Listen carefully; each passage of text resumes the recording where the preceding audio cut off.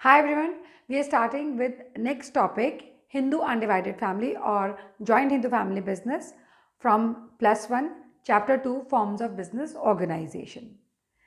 The previous video we talked about sole proprietorship. Today we are talking about Hindu undivided family business. It's the kind of business which prevails in India only. It goes according to Hindu law. The membership is by birth in a particular family which has been carrying on business on Hindu law or with ancestral properties. It has to pass down with 3 successive generations, and the eldest member of the family is called Karta. The rest of the members are called co-partners.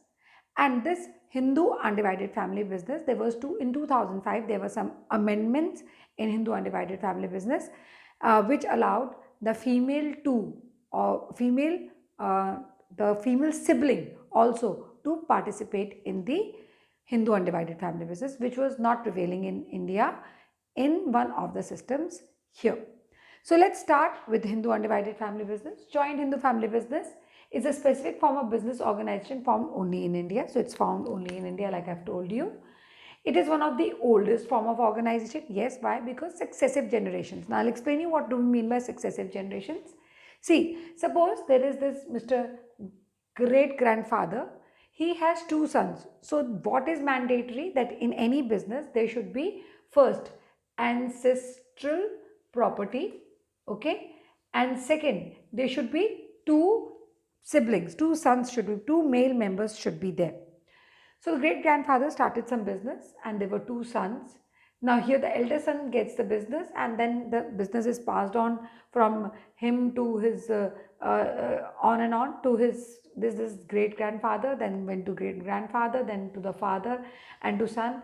It could have been that this son, had he died, this would have passed to him. If he had siblings, he would have, if he would have not siblings, if he would have had heirs, so they would have got the business accordingly, like his kids would have got the business. या क्या हो सकता है, suppose there is a daughter, eldest is a daughter in the family and there is son 1 and 2. So ये son 1 and 2 जो है basically ये joint Hindu family business में पार्टिसिपेट करेंगे और 3 सक्सेसिव जनरेशन, तो first generation, second generation, third generation, 3 successive generation के बाद जो बिजनेस यहाँ पास ऑन होता है वो कौन सा है, वो है Hindu undivided family business. Ancestral property के साथ होता है, मेंबरशिप जो होती है बाय बर्थ होती है. तो यहाँ पर क्या है, it is the oldest form of business. Its refers to a form of organization where there is which is owned carried by the members of Hindu undivided family business. एक ही फैमिली के लोग होते हैं. It is govern by Hindu law. I have already told you that Hindu law is taught in Banaras university and many other, Mathura university, not many other universities. Basis of membership is birth in a family. तो आप किसी family में अगर आपका birth होता है उसके हिसाब से आप हिंदू अनडिवाइडेड फैमिली बिजनेस के जो है पार्टनर बन जाते हैं या उसके बिजनेस के पार्टिसिपेंट बन जाते हैं. 3 सक्सेसिव जनरेशन होनी चाहिए, मैंने आपको अभी समझाया. Business is controlled by head of the family. जो हेड ऑफ द फैमिली वो कंट्रोल करता है और उसको हम कर्ता कहते हैं. कर्ता मीन्स कर्ता धर्ता in real sense. He has unlimited liability. सारी प्रॉपर्टी वगैरह सबके ऊपर उसका होल्ड होता है. बाकी को पार्टनर्स, बाकी जो मेल मेंबर्स हैं उनके भी उनके पास भी प्रॉपर्टी इक्वली डिवाइडेड होती है. लेकिन क्या होता है कि कर्ता के हाथ में सारा कुछ होता है. मान लो अगर बिजनेस के कोई डेट्स पे ऑफ करने हैं तो जो पर्सनल प्रॉपर्टी है वो सारी लायबल हो जाती है. तो जो कर्ता की प्रॉपर्टी है वो लायबल हो जाती है, उसकी लायबिलिटी अनलिमिटेड होती है. बाकी लोगों की कितने तक लिमिटेड होती है, जितना उनका प्रॉपर्टी में हिस्सा है. All other male members have equal rights in property and possession जो भी है and are called co-partners. बाकियों को हम क्या बोलते हैं, co-partners. इंडिया में गोदरेज, टीवीएस और हल्दीराम ये सारे के सारे जो हैं ये जॉइंट हिंदू फैमिली बिजनेस हैं. इसके अलावा इनकी फ्रेंचाइज भी चलती हैं, लेकिन जो ओरिजिनल है वो सारा का सारा जॉइंट हिंदू फैमिली बिजनेस पे चलता है. नाउ इन इंडिया 2005 से पहले क्या था कि 2 तरह के सिस्टम प्रिवेल करते थे, दया भागा एंड मिताक्षरा. सो आफ्टर 2005 थोड़े अमेंडमेंट्स हुए हैं जिसकी थोड़ी सी क्लैरिटी जो है वो प्रॉपर नहीं है. बट हाँ, आज की डेट में women are also included in the business. पर उससे पहले दया भागा और मिताक्षरा के साथ ये था कि दया भागा जो है वो बंगाल और असम में अप्लाई होता था और मिताक्षरा अप्लाई होता था whole of India except Bengal and Assam. और क्या फ़र्क था, दया भागा में मेल और फीमेल दोनों होते थे, मिताक्षरा में ओनली मेल मेंबर्स. तो यहाँ पर सिर्फ मेल मेंबर्स अलाउड थे, यहाँ पर फीमेल और मेल मेंबर्स दोनों अलाउड थे, ठीक है।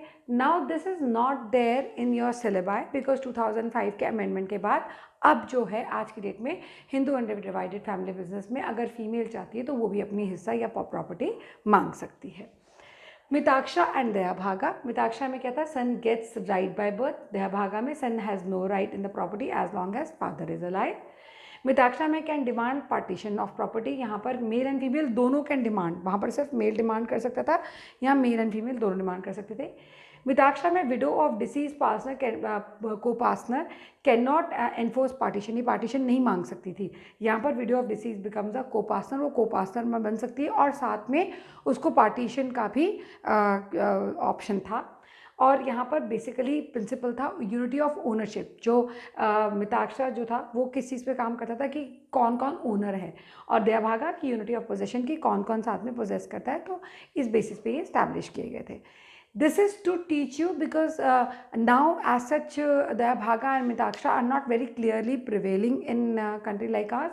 अभी भी दयाभागा तो वहाँ प्रिवेल करता है, लेकिन इधर मिताक्षा में यहाँ पर भी उन्होंने फीमेल्स को ऑप्शन दे दी है कि आप you can be one of the participants with some general basic rules and regulations as per the accountancy and the income taxes law. Okay, now so I've already explained you this, the complete explanation. I'll just repeat कि जो है 3 successive generation होनी चाहिए।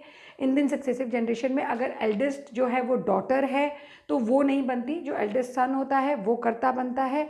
मान लीजिए उस सन की 2 daughters हैं तो जो नेक्स्ट को जो करता होगा वो नेक्स्ट सन होगा। तो यूजली पहले जो था वो सिर्फ मेल मेंबर्स के पास जाता था, आज भी वर्किंग जो है मेजरली मेल मेंबर्स के पास जाती है।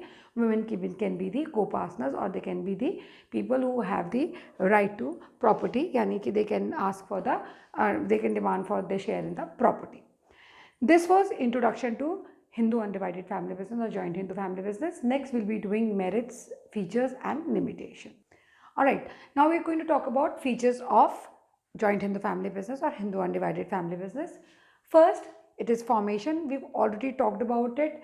Formation is, the membership is by birth, there should be at least 2 members and it works under the Hindu law or Hindu Succession Act, and the property should be the property which is inherited should be ancestral. So there's not much to explain, that is why features are quick to do because we've already discussed the basic concept of Hindu undivided family business. Formation, there should at least be 2 members and of course these 2 members should be male members. Ancestral property should be inherited, so it should come from generation, 3 successive generation.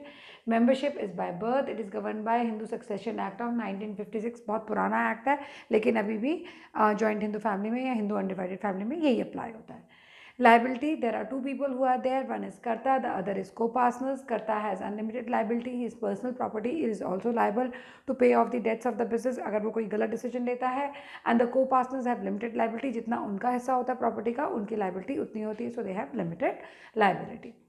Control lies in the hands of karta. तो अगर हम बात करें what is the role of karta, karta क्या क्या काम करता है, पहले ही takes all the decisions in the business. Second, is authorized to manage the business. He is the one who looks after the business. I've told you initially also, he is the karta dharta of the business. And his decisions are binding on others. उसके decisions को कोई challenge भी नहीं कर सकता. So अगर हम बात करें control lies in the hands of karta and उसका role क्या है, these are the 3 points which constitute role of a karta. Continuity. Business does not end with the death of Karta. Why? Because next member or next son or next eldest son becomes the Karta. So the business continues even after the death of Karta. Why? Because next eldest member takes position. Business becomes stable because of that and can, हाँ अगर बाकी सारे mutual consent दे तो it can be terminated also कि अगर वो कहे नहीं जी ये वाला करते कि इस वाले कर्ता की डेथ हो गई है, we don't want to continue with joining the family business, हम अपना बिजनेस अपने आप करेंगे, so in that case the business can immediately be terminated. Last is minor. Minor can be member in a joint in the family business. Why? Because the membership is by birth.